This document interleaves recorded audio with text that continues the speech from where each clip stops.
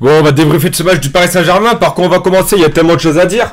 On parle de quoi? On parle de la défense, on parle de l'attaque, on parle de notre milieu de terrain, on parle de l'arbitrage, on parle qu'on s'est fait casser le cul 4-0. En équipe pour prendre 4 buts, on est l'OM, on est l'Olympique de Marseille pour manger 4 dans la gueule. Putain. Oh, bon, déjà, on peut parler aussi de Luis Enrique, le choix tactique de Luis Enrique, le super choix tactique de mettre 4 offensifs, qui n'a clairement servi à rien, parce que 4 offensifs, soit t'en prends 3, soit t'en mets 3, c'est tout ou rien. 4 offensifs, les 4, il n'y en a pas un qui Mbappé inexistant, Kolo Muani, c'est pas du tout, on s'est fait arnaquer, c'est pas du tout le Kolo Muani de Francfort de l'équipe de France. Je demande un remboursement sur les 90 millions, 95 millions que tu payes à un joueur qui a rien prouvé jusqu'à maintenant. Dembélé, faut en parler aussi. Dembélé, le frérot, depuis qu'il est au Paris Saint-Germain, il nous a montré quoi? Il nous a absolument rien montré. Il y a 3 occasions, j'en ai que 3 en tête là qui me viennent, mais il y en a au moins 3 où il est censé finir et il est censé mettre le but. Et on se fait baiser 4-1 contre Newcastle. Vraiment, je m'y attendais pas. Franchement, c'est un match. Je suis dégoûté, mais je sais même pas quoi dire de plus. Il n'y a pas un joueur du Paris Saint-Germain qui a été au niveau. Pardon, peut-être Warren Zaïre-Emery, attention, 17 ans, le mec qui passe le bac à la fin de l'année. C'est peut-être le seul joueur de notre effectif qui a été au niveau. On a fait un match dégueulasse, on s'est fait bouffer. Mais Luis Enrique, va falloir que tu comprennes un truc. 2 milieux, c'est plus possible. La défense, c'est quoi cette défense aussi? Bon, Skriniar, c'est un des premiers matchs dégueulasses qu'il nous fait vraiment. La charnière Danilo, Skriniar, on a vu, c'était dégueulasse, ça passait pas du tout. On rechange Skriniar, Marquinhos, ça marche pas non plus. Mais c'est sûr que tester un nouvel effectif contre Newcastle en Ligue des Champions, c'est la meilleure chose à faire, ça c'est sûr. On fait vraiment un match dégueulasse, je sais même pas quoi dire, j'ai même... Sans manger 4, franchement c'est dur. Hein. De toute façon, c'est la pire défaite de Paris, le pire score qu'on prenne en phase de groupe, ça fait chier. Oui, on est encore deuxième du groupe. Va falloir voir ce que ça donne, la double rencontre contre Milan, mais franchement, le match, on fait un match dégueulasse. Mbappé, il a fait sa tête de con, voilà. Mbappé, c'est un des meilleurs joueurs du monde quand il veut, quand il peut. Là, il arrive sur le terrain, il vient, il te met des crochets, il veut jouer numéro 10, il veut faire un peu ce qu'il veut, mais Mbappé, tu fais pas ce que tu veux. Tu es dans un club où t'as des consignes. Frérot, quand Mbappé il fait pas ce qu'il veut, Mbappé, c'est le meilleur joueur du monde, ou un des meilleurs joueurs du monde actuellement. Mais Mbappé, ce soir, il fait un match dégueulasse.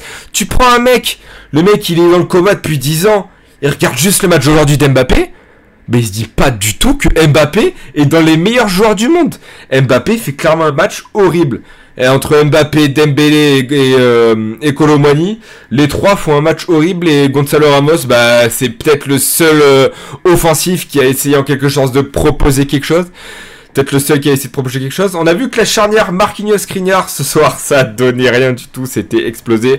Le premier but, c'est qui est fautif. Encore une fois, Marquinhos. Voilà, je l'ai en flocage dans le dos carrément. Je vais le brûler, le maillot. Marquinhos qui, voilà, depuis le Real, où il s'est chié dessus contre le Real. Encore une fois, Marquinhos, il se chie dessus et il est fautif du premier but. Voilà, franchement... Il y en a marre, au bout d'un moment, ça fait 15 ans, t'es là, t'es capitaine, Moi, je sais pas quoi parler de ce défense. Skriniar, j'avais l'habitude d'un mec qui est là, qui a les crocs, qui a l'envie de jouer. Ce soir, il se fait bâcher carrément, le frérot, je sais même pas quoi dire de plus, il fait un match dégueulasse, clairement. Qu'est-ce qu'il faut faire? Qu'est-ce qu'il faut faire dans cette défense où t'as Marquinhos, Skriniar, Danilo, Skriniar, ça a pas marché? Qu'est-ce qu'il faut faire?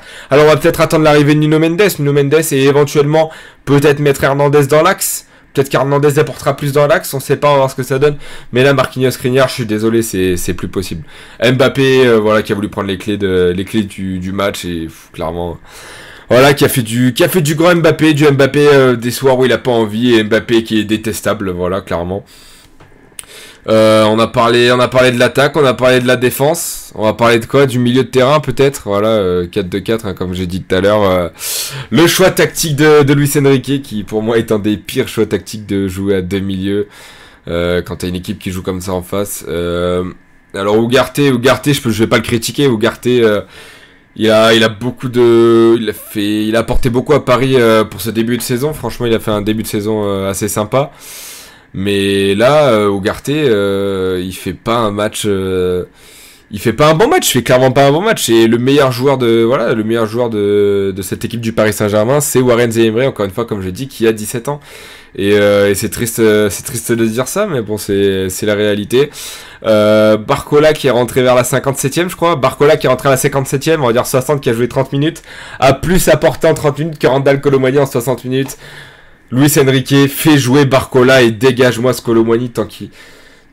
Il nous a rien prouvé, Kolo Muani, pour le moment. C'est pas le Kolo Muani de Francfort ou de l'équipe de France, je suis désolé. On fait un match dégueulasse et on se fait fouetter, on se fait baiser le cul par Newcastle et c'est pas normal, je suis désolé. Alors oui, on n'était pas favoris. Oui, on n'allait pas forcément gagner ce match, mais tu t'en manges pas 4. Tu t'arraches le nul à Newcastle, c'est déjà pas mal. Mais là, Paris se sont chiés dessus du début à la fin du match. Et moi, franchement, je suis dégoûté de regarder Paris comme ça quand je vois le début de saison qui a été fait. Paris qui ont fait un début de saison plutôt sympa avec un jeu à la possession de Luis Enrique. C'était plutôt sympa, mais là, franchement, ce match-là, ce soir, ça m'a dégoûté. Voilà, je sais même pas quoi dire de plus. On se mange 3-0.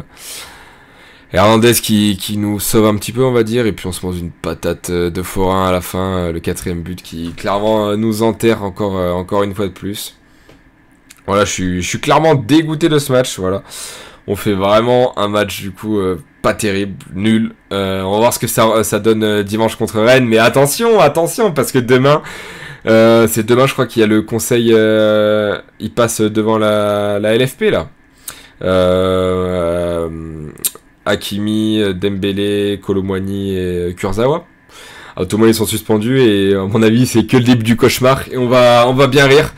On va bien rire. En tout cas franchement je suis dégoûté de ce match. On fait un match vraiment pourri. J'ai rien d'autre à dire de plus. Voilà, c'est pas normal qu'on se chie dessus comme ça face à Newcastle et heureusement que c'est que les phases de poule. On verra ce que ça donne pour la suite. Je crois toujours au fait que Paris va sortir des poules. Mais c'est pas en jouant comme ça. Si on joue comme ça contre Milan, ça va être compliqué.